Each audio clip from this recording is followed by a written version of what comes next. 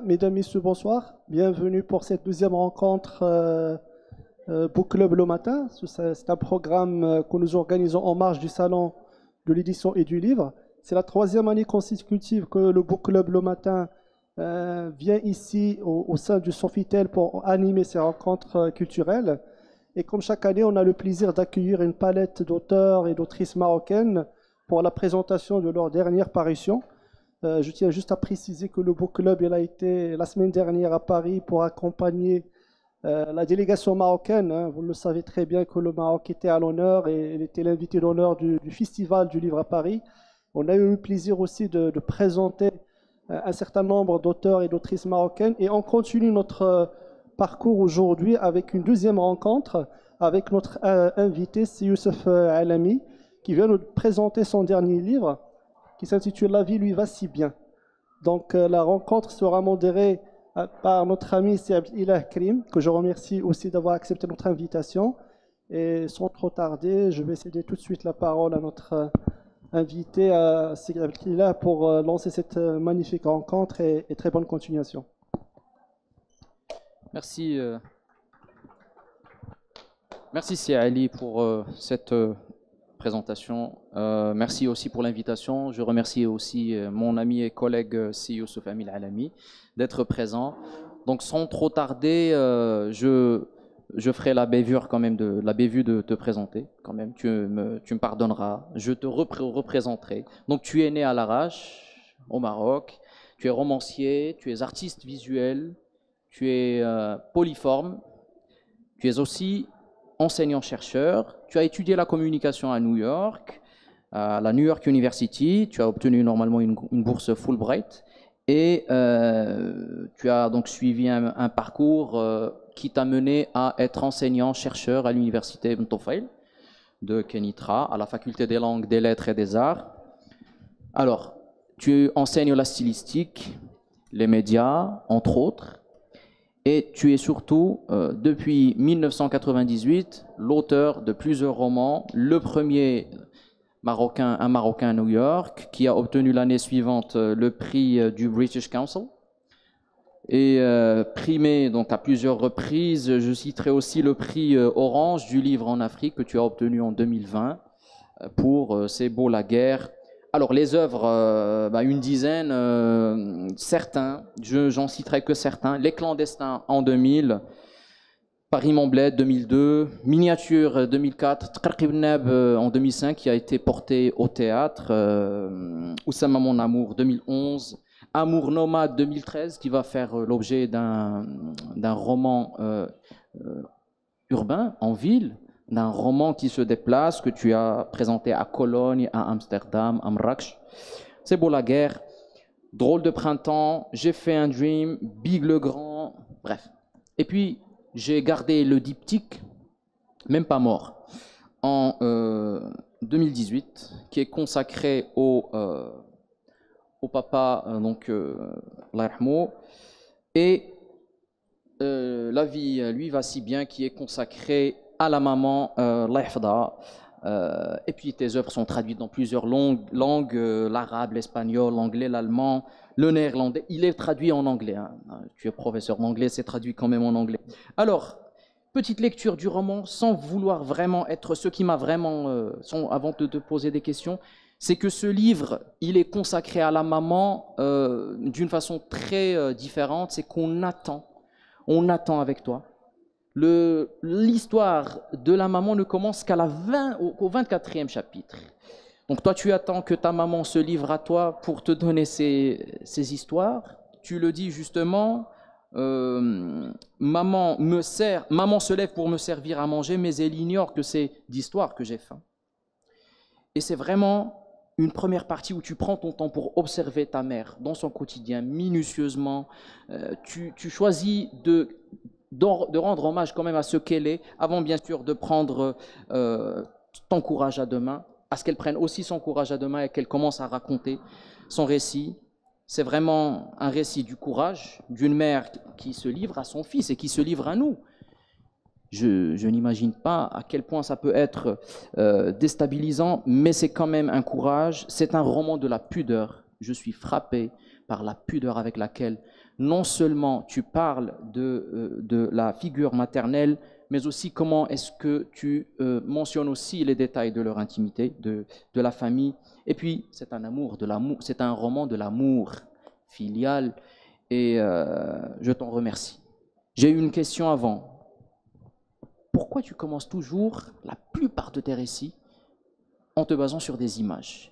Dans Même pas mort, tu commences ton récit à travers une image que tu as trouvée dans un blog sur le lycée de Marrakech, un lycée à Marrakech, n'est-ce pas? Ici, tu parles de cette petite photo de toi avec une bougie, donc tu as un an. Tu parles de cette photo avec le violon. Tu parles de la photo qui est devenue virale, de celle qui date de 1958, de ton papa et de ta mère. À quel point l'image et la photo est-elle importante dans ta vie, et voilà, est-ce que ça t'a mené à écrire?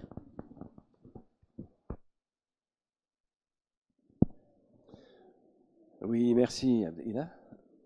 Bonsoir tout le monde et merci d'être venu. Alors, d'abord, je reviendrai sur cette idée de mémoire et de souvenir. Et évidemment, l'un des éléments, je dirais, très important lorsqu'il s'agit de restituer un certain nombre de souvenirs, c'est la photographie. Et notamment lorsqu'il s'agit de parler d'une époque que je n'ai pas connue moi-même, mais que je n'ai connue qu'à travers la photo. En 1958, je n'étais pas né. Il y a cette photo de mes parents sur l'avenue, alors jeune couple, hein, jeune marié sur l'avenue Mohamed V ici. Et puis moi j'observe tout simplement et j'ai presque l'impression que je suis à leur côté. Parfois j'ai l'impression que c'est moi qui ai pris la photo en fait. Et c'est assez intéressant parce que dans cette photo, il n'y a que mon père en fait qui fixe l'objectif, alors que les autres personnages, y compris ma mère, regardent ailleurs. Et je trouve ça très, très intéressant et très parlant. Donc moi, je fais parler les photos, en fait, les images, les photos, mais aussi, je me suis basé sur un certain nombre je ne vais pas dire de questionnements, parce que moi, je n'ai pas réalisé d'entretien avec ma mère. Vous voyez, c'est vraiment l'erreur à ne pas faire. Hein. Il ne faut surtout pas faire ça, parce que lorsque vous posez des questions, etc., on a des réponses qui sont formatées. Or, ce n'est pas ce que je voulais. Donc, j'ai plus engagé une conversation, juste conversation de temps en temps. Je peux parler de quelque chose qui n'a absolument rien à voir avec le livre, et puis je vais glisser un propos qui va susciter en elle quelque chose. Et je la laisse s'exprimer, parler, etc. Et j'observe surtout. Et lorsque je l'observe, je me rends compte qu'elle écrit à sa façon. Elle écrit parce que elle a toujours eu pour habitude de tricoter. Et lorsque je la rencontrais, je la rencontre toujours, elle a toujours un petit tricot, enfin une brassière, hein, parce qu'elle n'a plus la force de faire de grands pulls. Elle fait des petites brassières pour bébé, de toutes les couleurs, toutes les formes, des motifs vraiment à chaque fois un peu plus compliqués. D'ailleurs un peu plus compliqués depuis que je lui ai expliqué que le tricot était l'anti-Alzheimer. Mais qu'il fallait pour cela à chaque fois se lancer un défi et non pas reproduire des motifs qu'elle sait faire, mais essayer d'aller vers quelque chose qu'elle n'a jamais encore fait. Et c'est ce qu'elle elle suit absolument ce que je lui dis. Et alors je me rends compte que cette pelote de laine, vous voyez un petit peu comment ça se passe, c'est-à-dire qu'on a des fils en laine et on essaye de tisser avec, de les relier, de les nouer, de tricoter avec, parfois de détricoter. Et je me suis rendu compte que c'est exactement ce que je fais lorsque j'écris. Parce que je tricote, enfin voilà, les écrivains présents ici, mon ami Souiba, il y en a d'autres évidemment, nous tricotons, nous tissons des liens, non pas avec un fil de laine, mais un fil d'encre. Et en fait, plus elle tricote, moi je discute avec elle, et elle tient ce fil, et je me suis rendu compte que c'est ce fil qui l'a relié encore à ses parents, à ses souvenirs, à son passé, etc.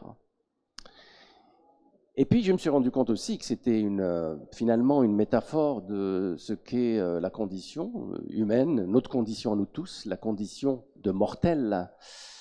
Et voilà, c'est-à-dire que la vie nous donne, à différentes étapes justement de notre vie, elle nous donne des choses, on arrive à accéder à la station debout alors qu'on ne pouvait pas bébé nous tenir debout, et puis après on arrive à marcher, on arrive à courir, on arrive à sauter, on arrive à faire après on arrive même à danser. Et pour les plus chanceux parmi nous, c'est-à-dire ceux qui ont la chance de vivre assez longtemps, eh bien la vie détricote. C'est-à-dire elle nous reprend petit à petit tout ce qu'elle nous a donné. Alors parfois ça peut être la mémoire, malheureusement. Parfois c'est juste la capacité physique voilà, qui est diminuée. Et c'est tout cela que j'ai essayé de faire, non pas en créant une intrigue, parce que, j'allais dire, le challenge pour moi, c'était justement de faire un livre où il n'y aurait pas une intrigue. Ce n'est pas, voilà, on a quelque chose et on se dit comment il va dénouer tout cela, comment il va... Ce n'est pas du tout cela. En fait, c'est des chapitres qui sont très très courts, parce qu'ils correspondent à des instantanés. Aujourd'hui, on dit « je suis sur Insta ». Bah oui, Insta, ça vient d'instantané. Et on est vraiment là-dedans, c'est-à-dire c'est des flashs, c'est des instants, parfois c'est des tout petits détails que je vais investir parce qu'ils sont en lien avec quelque chose de beaucoup plus grand qui parfois est de l'ordre de l'universel même. Et d'ailleurs, j'ai envie de dire que ce n'est pas un livre uniquement sur ma mère. Ça ne présenterait pas beaucoup d'intérêt pour tous ceux dont elle n'est pas la mère. Mais c'est plus la figure de la mère. Et donc la mère, d'ailleurs, ma mère m'a posé la question parce qu'elle s'est rendue compte qu'au bout d'un certain temps que j'étais peut-être en train d'écrire quelque chose. Elle sait que je suis écrivain, donc elle m'a dit « mais tu ne serais pas en train d'écrire quelque chose ?» Je lui ai dit ouais, « c'est possible ». Elle m'a dit « mais quel intérêt? Quel intérêt? Moi je suis ta maman, je t'intéresse, mais ça ne va pas intéresser tes lecteurs et tes lectrices. » Et je lui ai répondu tout simplement que tout le monde avait une maman. Et ce dont je parle dans ce livre, ben c'est aussi notre condition, hein, tout simplement, à nous tous. Que l'on soit maman ou enfant, on avance dans l'âge, le temps qui passe, la mémoire, la fragilité de la mémoire. Et c'est tout cela que j'ai voulu, en quelque sorte, investir dans ce livre. Oui, cher Youssef, je voulais te dire que, en lisant, j'ai lu beaucoup de romans ou de récits en général sur les proches, sur ceux qui comptent pour nous. Mais j'ai trouvé ton roman particulièrement prenant pour la simple et bonne raison, c'est que on est embarqué avec toi dans plein de questions. Et c'est pas pour rien que tu me diras que le professeur, j'ai ce regard, presque tous les chapitres, je vais dire 40 chapitres sur les 55, se terminent avec des questions, ou au moins il y a des questions. Alors je cite quelques questions qui sont, tu as l'art du proverbe, tu as vraiment des questions proverbiales. Qu'a-t-elle vécu de si lourd à digérer? Qui a dit que l'oubli était une affaire de vieux? Serait-elle de ceux qui, lorsqu'ils savent le départ imminent, préfèrent voyager léger? Alors le roman, c'est une longue méditation sur la vie, l'amour filial, la vieillesse, la mémoire, la mort. Maintenant, c'est moi qui vais te poser une question. Est-ce que ces récits maternels t'ont apaisé? Moi, je vais répondre Au moins, est-ce que tu as trouvé des réponses? Non, mais je vais répondre à côté, mais en même temps, apporter quand même une réponse à ce que tu viens de dire. Moi, j'ai remarqué que ça avait apaisé ma mère. Ouais. Et c'était pas forcément mon objectif au départ. C'est vrai qu'au départ, c'est plus... on est un petit peu égoïste. Tous les gens qui écrivent vous le diront. Au début, on écrit toujours pour soi. Et il se trouve que après, on se rend compte que si on va suffisamment à l'intérieur de soi-même, eh bien, on rencontre tout le monde. Parce qu'au fond, bon, on est un petit peu fait de la même chose, hein, la psyché, l'inconscient, la frustration, etc., les désirs.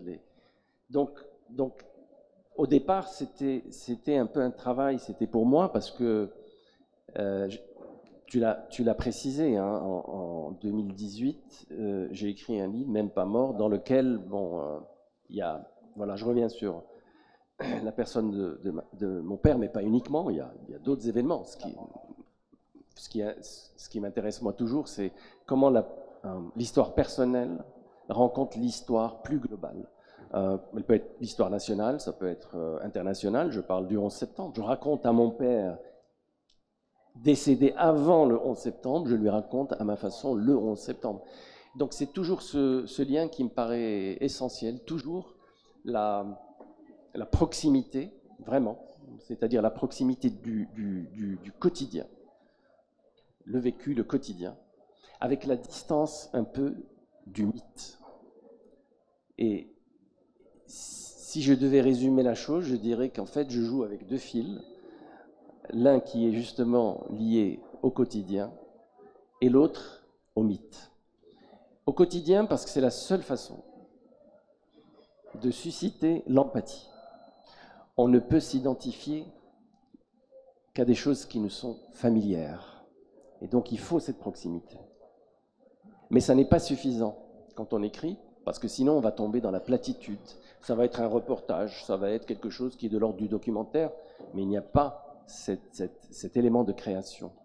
Et donc, il faut quand même aussi la distance du mythe, parce que c'est ça qui va créer l'élément de surprise. Vous voyez ?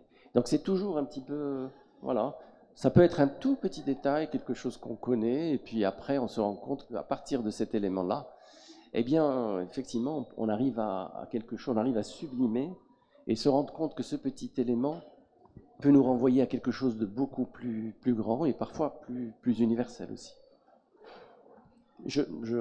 Oui, mais je lirai un passage, oui, alors, à moins que tu veuilles que je le dise tout de suite. Bah écoute, comme tu veux. Peut-être c'est un bon oui, exemple, bien sûr. un exemple de ce que je suis en train de... Parce que c'est vrai, il faut que ce soit un peu plus concret, quoi.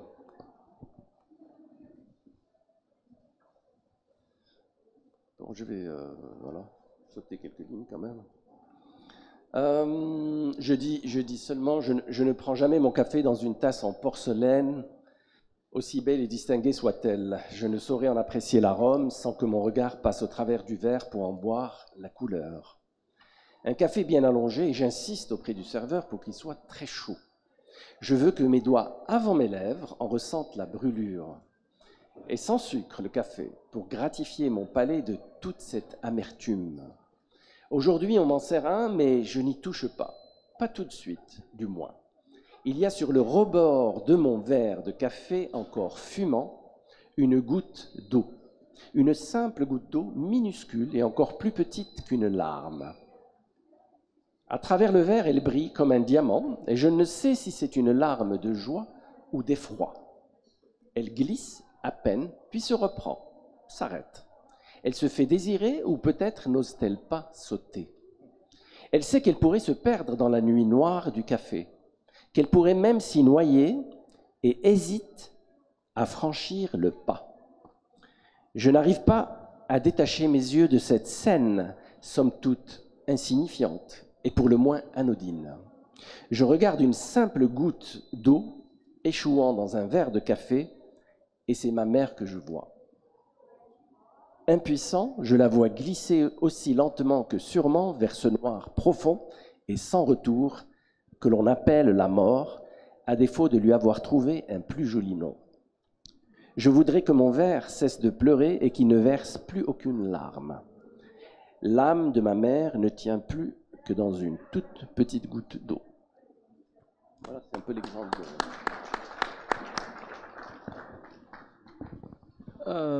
En lisant le roman, je vais improviser une question qui est en rapport avec une autre. en lisant le roman, et je rappelle que ce passage du roman n'est pas choisi au hasard. Tu me confirmeras, parce que donc on commence vraiment au début avec le quotidien de la maman qui va commencer à te raconter son histoire, avec bien sûr tout ce procédé que tu racontes où c'est indirect. Après, on suit son périple depuis sa toute petite jeunesse où elle se fait refuser de continuer donc d'aller à l'école puisque le protectorat va à ce moment-là interdire ces écoles, jusqu'à ce qu'à un moment donné, le récit se coupe et on commence à voir, à entendre ta voix en train de nous parler de ton quotidien dans les cafés. Et tu détournes le récit pendant, je crois, je ne sais pas, une dizaine de pages en te concentrant sur les autres avant de revenir avec cet épisode de la goutte d'eau que finalement tout te ramène à ta mère. Je voulais te demander, je sais que tu as refusé, et tu le dis en fait, de raconter, de faire vraiment une intrigue dans le sens de fabula, d'histoire qui va d'un point A à un point B. Pourquoi cette insertion de ce moment où tu racontes ton quotidien dans le café, dans ce récit très filial finalement, très maternel, très... Je me suis posé la question, oui, vraiment. Absolument. C'est vrai que ça peut paraître comme étant une digression en quelque sorte. C'est-à-dire qu'on est, voilà, avec le personnage central, à savoir la mère.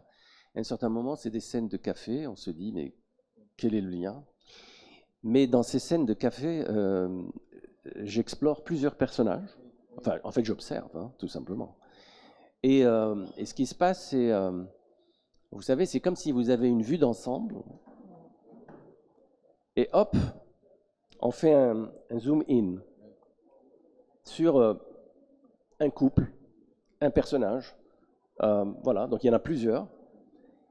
Et c'est une façon de dire que lorsque je parle de ma mère, c'est un échantillon parmi tant d'autres.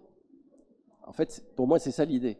C'est pas uniquement ma mère, mais c'est ma mère. Bon, évidemment, j'ai choisi quand même de développer tout le récit sur ma mère parce que c'est le propos aussi du livre, mais c'est une façon de dire qu'on aurait pu s'arrêter sur chacun de ces personnages, hein, et finalement, on découvrirait quelque chose d'absolument... Alors ça, c'est... Personnellement, c'est ce qui me fascine le plus, hein. Moi, s'il y a une espèce qui me fascine, c'est l'espèce humaine, hein, je sais pas. Parce qu'il y a des gens qui adorent les chiens, qui adorent les chats, qui adorent... Moi, j'aime l'espèce humaine, hein. Je trouve que c'est vraiment moi, je trouve que c'est la meilleure des inventions, hein. J'en vois pas d'autres, hein. Et ne me dites pas l'IA, hein, l'intelligence artificielle. Parce que, voilà, l'IA a été inventée par l'IH d'abord, hein. L'intelligence humaine, c'est quand même l'intelligence humaine qui a inventé l'intelligence artificielle. Et justement, le propre de la littérature, hein, de ce qu'on fait, parce qu'on a l'impression que c'est devenu quasiment anachronique de parler de littérature aujourd'hui. Et pourtant, je pense qu'on n'a jamais eu autant besoin de ça. Jamais.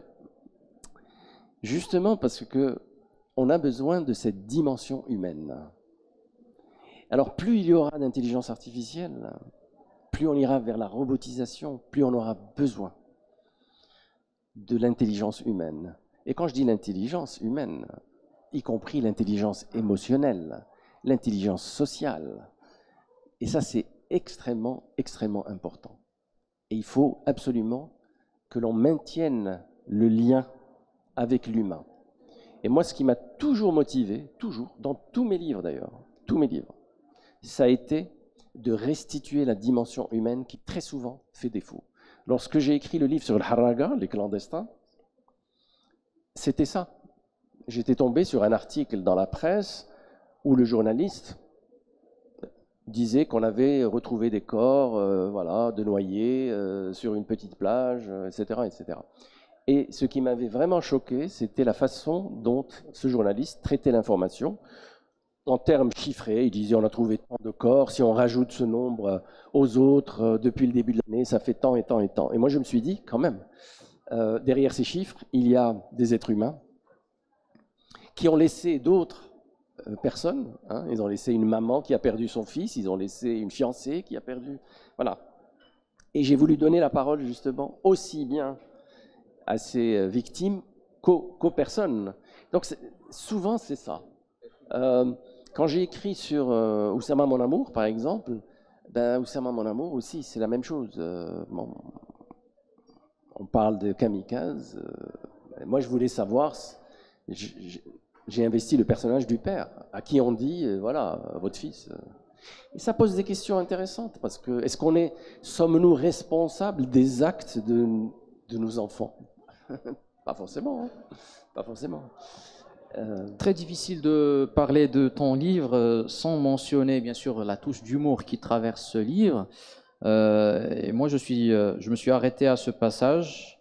Je voudrais lire rapidement ce petit passage et puis tu voudras bien nous parler de cette photo et comment il est devenu viral et puis si ça a vraiment eu lieu, ce joaillier qui est tombé sur la photo qu'il a utilisé sans droit d'auteur. C'est vrai. Bon, je vais lire quand même ce passage.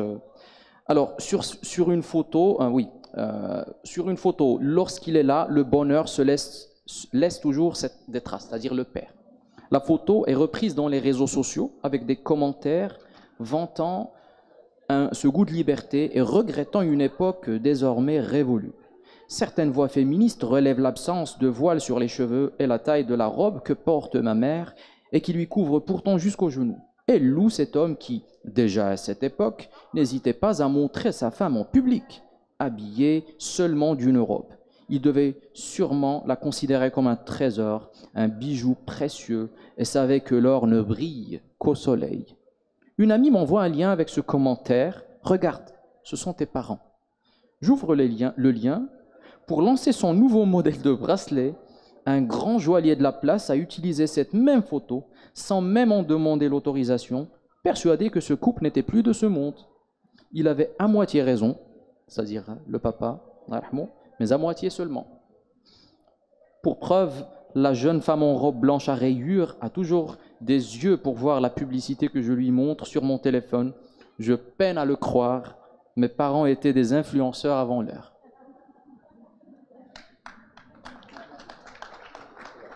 Est-ce que tu peux parler un petit peu de cette photo et de cet épisode très exactement? Alors je suis tout de même responsable de ce qui s'est passé parce que c'est moi qui ai posté la première fois sur ma page Facebook. Hein. Voilà. Et après ça a été, voilà, on retrouve la photo dans le Maroc d'antan, etc. Et chacun se l'est approprié d'une certaine façon. Hein. Jusqu'à l'appropriation commerciale d'une publicité. Je me souviens, ils vendaient des bracelets. Et donc les bracelets étaient en couleur quand même, et sur une photo en noir et blanc. Alors graphiquement, c'est très joli. Hein. Maintenant, éthiquement, on n'a pas vraiment le droit de...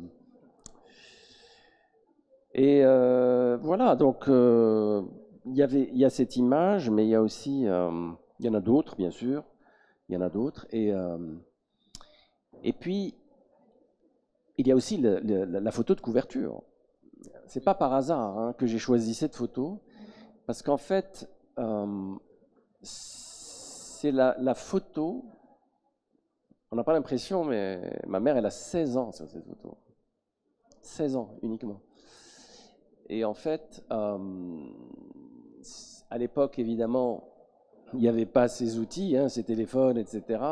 Et donc, quand vous vouliez prendre une photo de votre fiancé, et c'était le cas, mon père devait l'emmener à un studio, à Marrakech, c'était à Marrakech. Et donc, c'est la photo. C'est-à-dire qu'il va venir demander la permission pour emmener ma mère, la photographier, parce qu'on lui avait demandé, au boulot, tout simplement, de ramener la photo. Et donc, c'est cette photo. C'est pour ça que j'ai pensé qu'elle était quand même très... Bon, je passe les détails. On ne va pas le laisser l'emmener toute seule. On va mettre quelqu'un pour les chaperonner, une grand-tante. Et moi, j'imagine comment ce couple, mes parents, en fait, arrive à contourner, disons, la présence de cette grand-tante.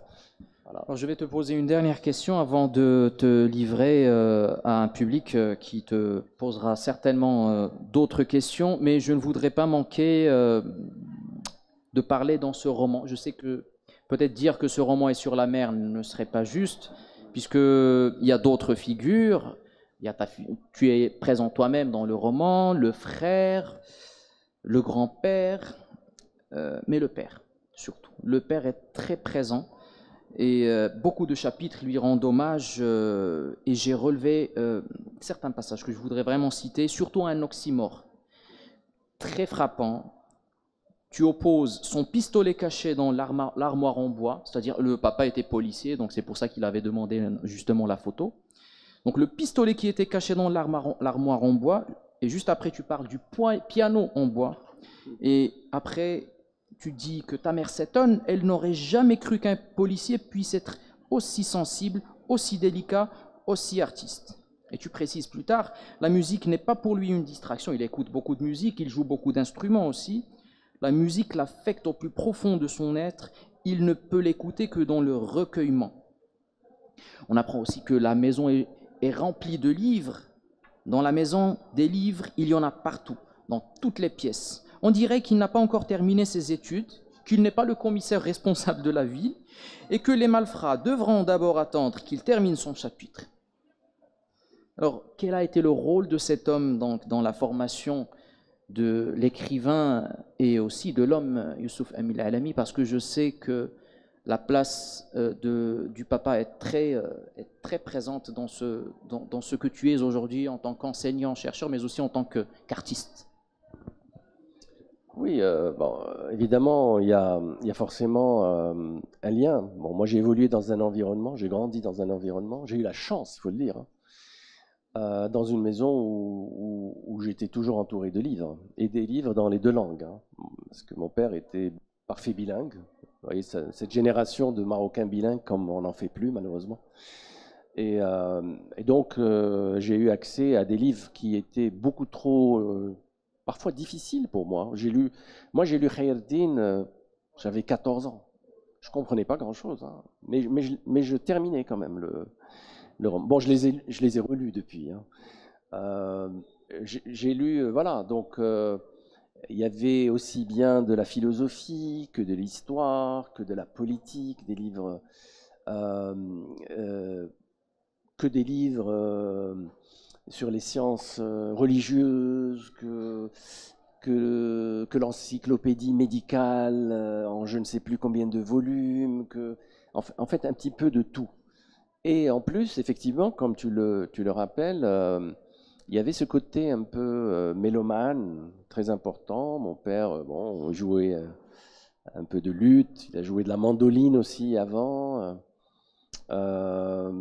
Et donc il y a eu toujours ce respect. C'est vrai que c'était des moments de recueillement, mais c'est quelque chose que j'ai gardé d'ailleurs.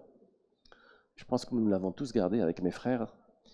Je me souviens quand on achetait un album, parce que c'était les albums évidemment, les 33 tours.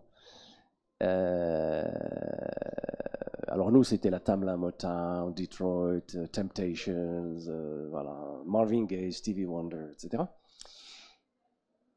Eh bien, c'était vraiment toute une cérémonie avant d'écouter ce disque. On va placer le disque, chacun à sa place, personne ne parle, personne.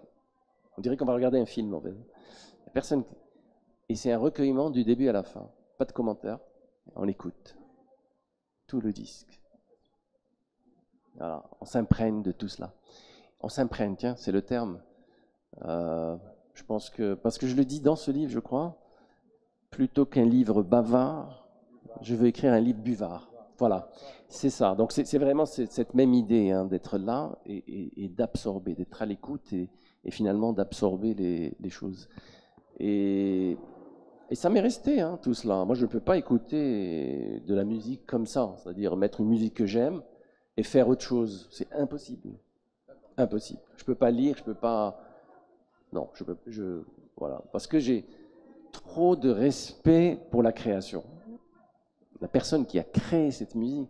Et c'est comme un film. Alors un film, d'abord, évidemment, moi j'aime voir les films en salle, pas à la maison. Pas à la maison, on reçoit des coups de fil ou on a un bruit chez les voisins, c'est pas ça. Hein. Donc c'est en salle et dans le recueillement le plus total.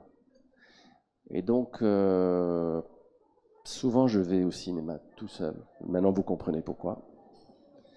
Parce que quand on a de la compagnie, il y a toujours quelqu'un qui va vous faire un petit commentaire sur le film alors que vous êtes en train de regarder le film. Et ça, je ne le supporte absolument pas. Parce que j'ai besoin vraiment d'une immersion totale, d'être dedans. Voilà, c'est justement de ça qu'on parlait.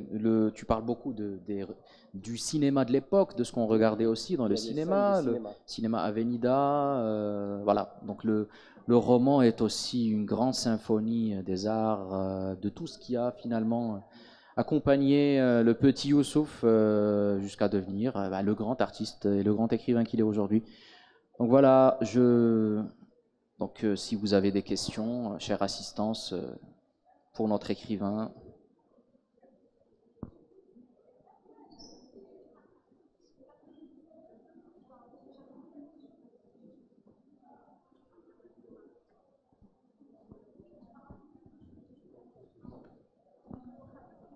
Je comprends que personne ne puisse parler maintenant. Quel moment de recueillement. Merci beaucoup à vous deux. Tout le monde sait que tu es un grand artiste, un grand écrivain, une très très très très belle plume. Toute ma question est simple. Où est-ce que tu vas aller chercher, creuser cet immense talent, Youssouf?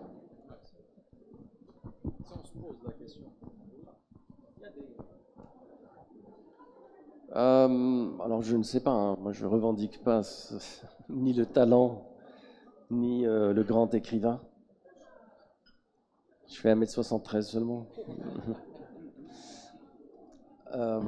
Et d'ailleurs j'ai du mal à m'adosser à ce fauteuil parce que si je suis confortable comme ça, j'ai mes pieds qui pendent et c'est pas très drôle.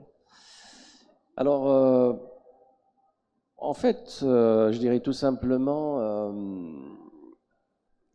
dans l'observation, dans le détail, et surtout avoir toujours l'esprit alerte, tout le temps.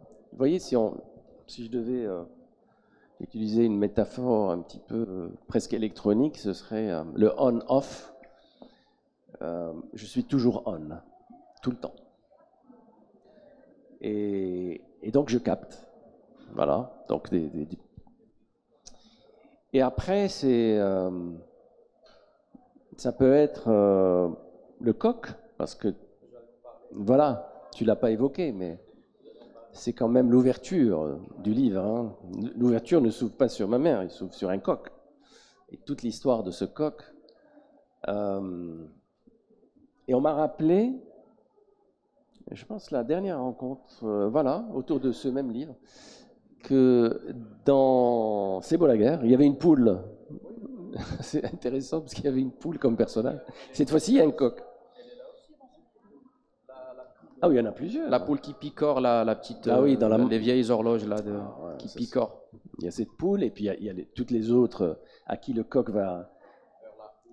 Voilà, parce que ce coq, chez mon grand-père, et c'est véridique, hein, il existait ce coq, je l'ai connu, et je l'ai vu vieillir. Je ne sais pas si vous avez déjà vu un coq vieillir. On voit rarement un coq ou une poule vieillir. Et 7 ans d'existence. 7 ans, absolument. Donc vraiment très vieux, il perdait tout, quoi. C'est vraiment comme une vieille personne. Hein. Et ce qui était intéressant, c'est que ce coq, va être épargné par le grand-père, qui va y voir un signe divin, parce que le coq a fui, et est venu se réfugier. Enfin, mon grand-père l'a interprété comme tel, comme s'il était venu se réfugier chez lui. Et il a dit, ce coq, on l'épargne, il mourra de vieillesse, uniquement. Et il est resté animal domestique, il suivait mon grand-père, quand mon grand-père tardait à sortir le matin, il allait avec son bec toquait à la porte, et quand il ramenait des poules du marché, il allait leur faire la visite. Et je dis d'ailleurs, peut-on reprocher à un coq de faire le coq? Parce que lui, c'est un coq. Donc il paradait comme ça. En plus, il était sûr de... Enfin, il avait l'immunité, d'une certaine façon. Mais il se gardait bien de leur dire ce qui les attendait, évidemment, aux poules, parce qu'il ne voulait pas passer pour un oiseau de mauvais augure. Une autre question peut-être. J'apprécie beaucoup les jeux de mots. J'avais aussi une question sur ça, mais je laisse quand même le loisir à la salle.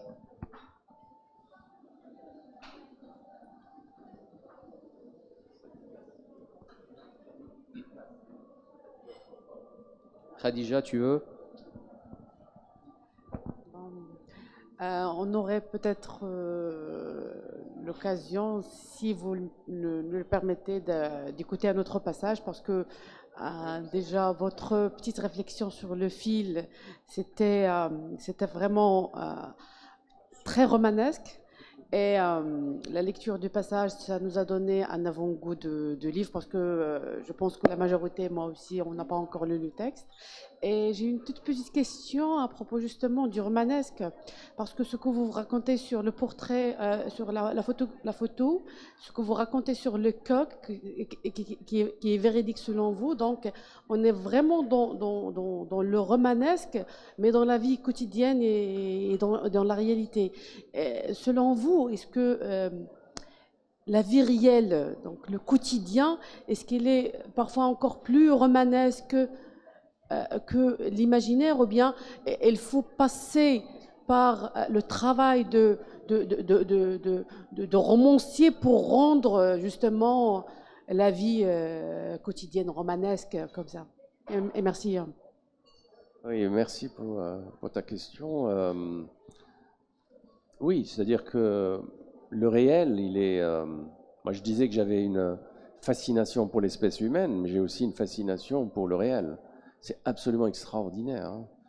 Il suffit d'ouvrir les yeux, de tendre les oreilles. Alors, d'où justement cette activité dans le café. C'est absolument extraordinaire. Ce qu'on peut capturer, saisir. Mais pour le restituer, bien sûr, c'est ça le travail de l'écrivain. C'est comment restituer la chose.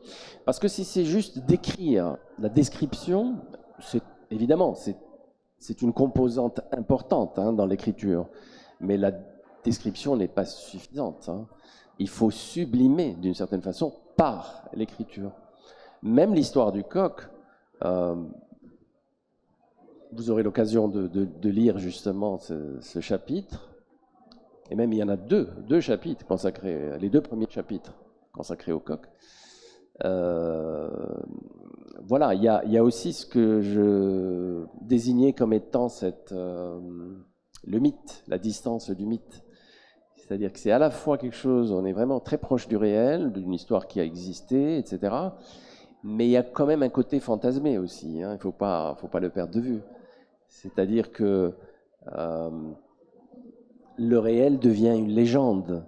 Et d'ailleurs, cette histoire elle-même, cette histoire du coq, elle a donné naissance à d'autres variantes. On m'a déjà raconté l'histoire de ce coq, mais différemment. Donc c'est extraordinaire parce que chacun, avec le temps qui passe évidemment, on perd quelques bribes de ce récit et puis on le restitue à sa façon et on n'obtient pas exactement la même chose. Mais à mon sens, peu importe.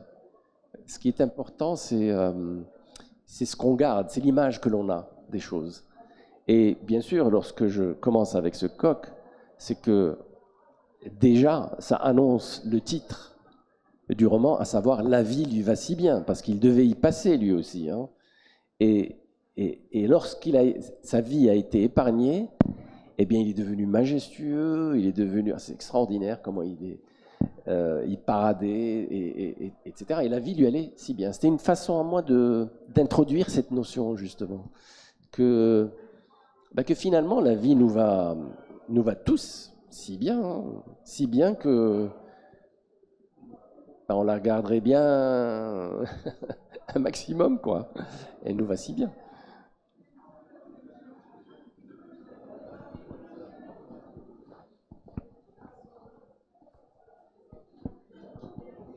Bonjour. Bon, alors, première chose, je voulais juste répliquer par rapport à l'histoire du coq, que chez nous aussi, on a eu un coq qui a passé tellement d'années chez nous qu'il était capable de piquer la personne qui entrait en litige avec mon père. Donc, c'était une espèce de chien de garde extraordinaire. Il était aussi très, très vieux. Bon, deuxième, on va dire, petite question. Je pense que je te l'avais déjà posée quand tu avais annoncé ton livre. Le titre me rappelle un film. Un titre de film. Maintenant, qui parle de mort, mais je peux imaginer que ton titre veut plutôt conjurer la mort. Oui. Et enfin, je voudrais juste savoir si ce livre que tu dis avoir soulagé ta mère,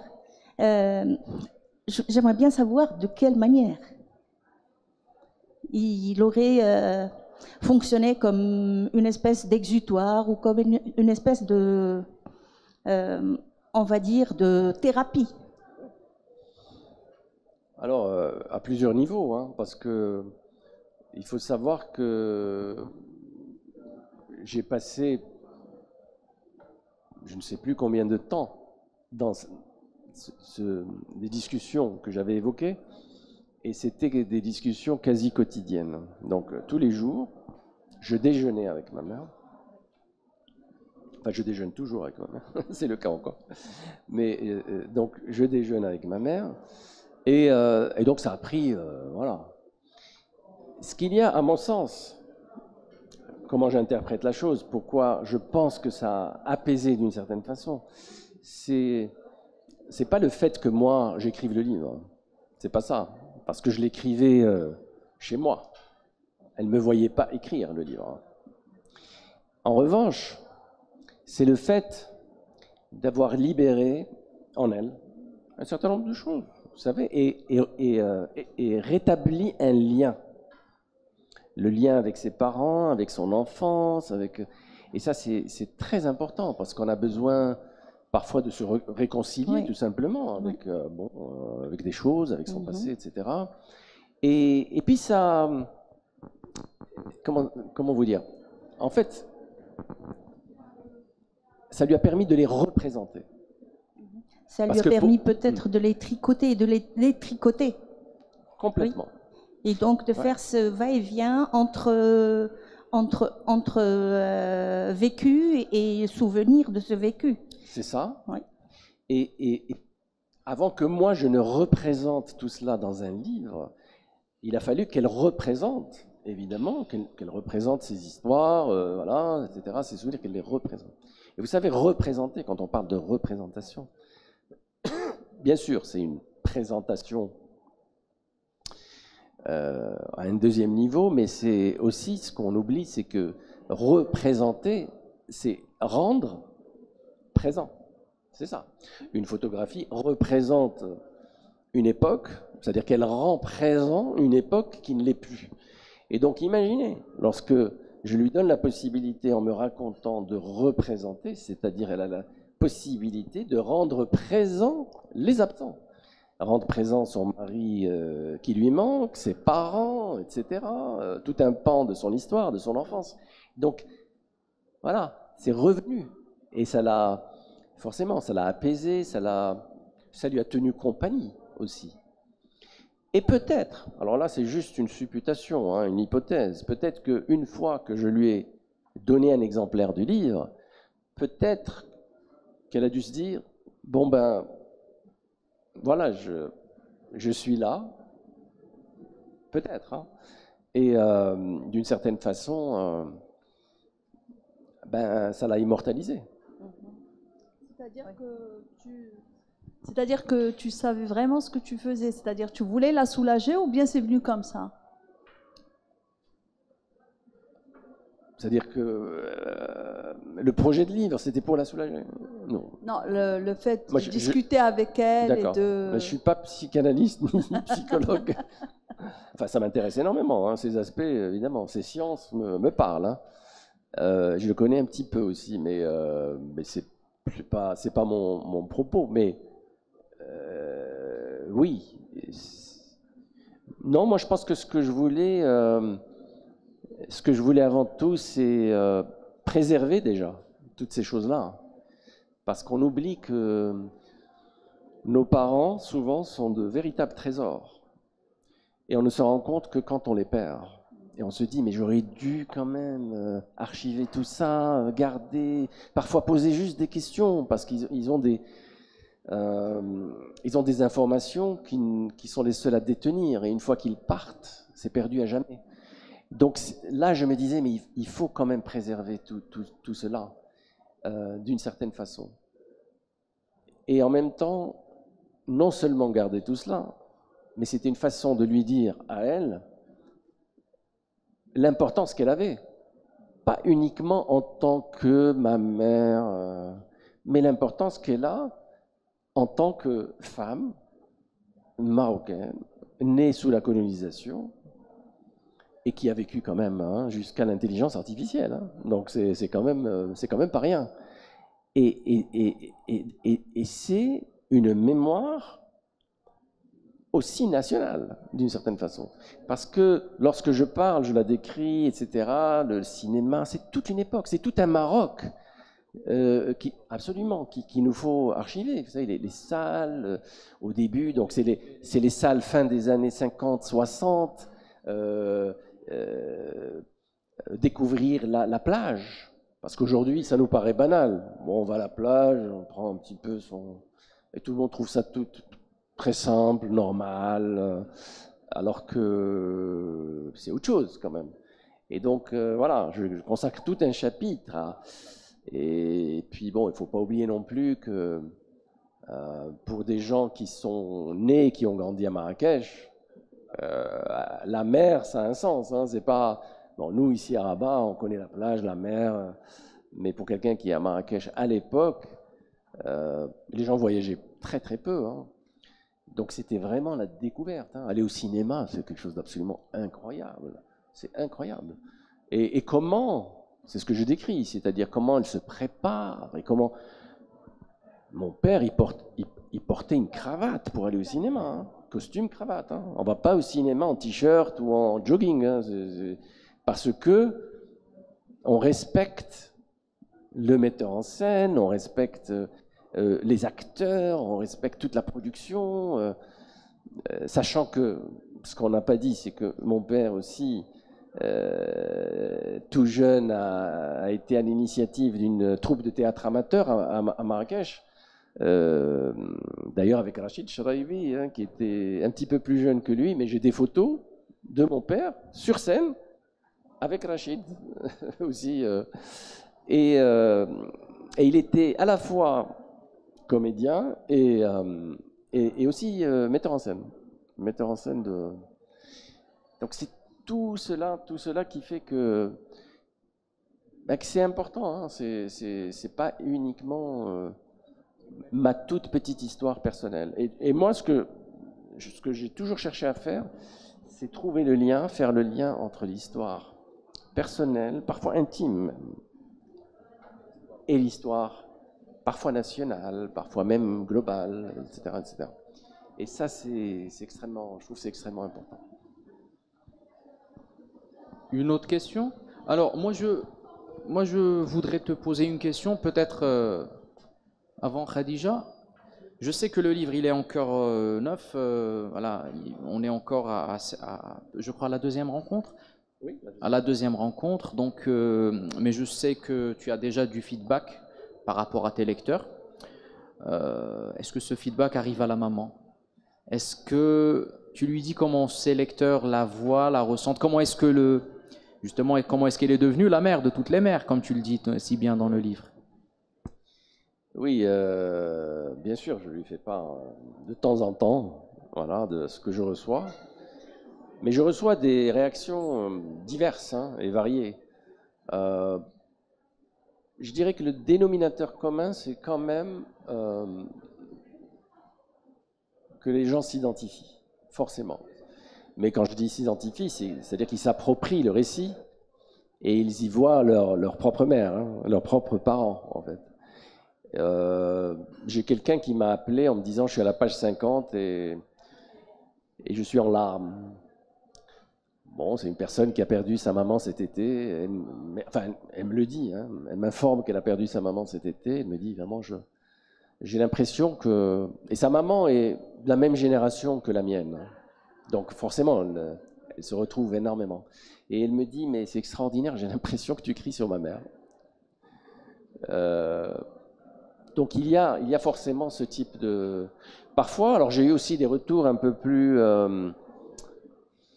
J'aime pas ce terme, mais bon, je vais l'utiliser quand même. Un peu plus savants. Dans le sens où c'est un retour de personnes qui sont plus dans la critique littéraire, qui ont un parcours académique, universitaire. Et donc là, on m'a dit, par exemple, que c'était... il y avait beaucoup de métafiction. Et c'est vrai. La métafiction, c'est quand le roman parle de lui-même, en fait. C'est-à-dire, il s'écrit et on le voit s'écrire. C'est-à-dire, j'écris le livre et je vous dis que je suis en train de l'écrire. Et ça, c'est vrai que c'est assez moderne. Hein. C'est une approche très moderne parce que, en principe, ce qu'on essaye de faire, comme dans les films, on essaye de faire en sorte que personne ne voit le micro et que personne ne se rende compte qu'il y a une caméra qui filme, ou plusieurs caméras. Donc là aussi, dans le récit, on essaye de faire comme s'il y a une voix qui raconte, et ça va de soi, etc. Hein.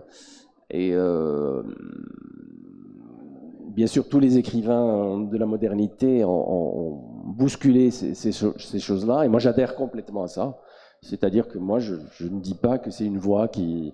Non, je suis en train de construire un récit. Et je me mets moi aussi en scène et je suis en train de le faire. Et je partage tout cela avec la construction, avec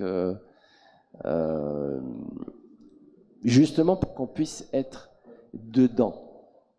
Moi, je ne conçois pas du tout, comment dirais-je, un lecteur ou une lectrice qui soit passif, ça ne m'intéresse pas. Des gens à qui on mâche tout le travail, toute l'histoire avec l'intrigue et puis le super dénouement, etc. Vous voyez, les petites histoires formatées comme dans les séries un peu, et on leur donne hop, la soupe, et on avale. Non, moi je veux un lecteur et une lectrice qui soient alertes et que j'interpelle de temps en temps et qui participent, que je puisse faire participer mes lecteurs et lectrices, même au déroulement du récit.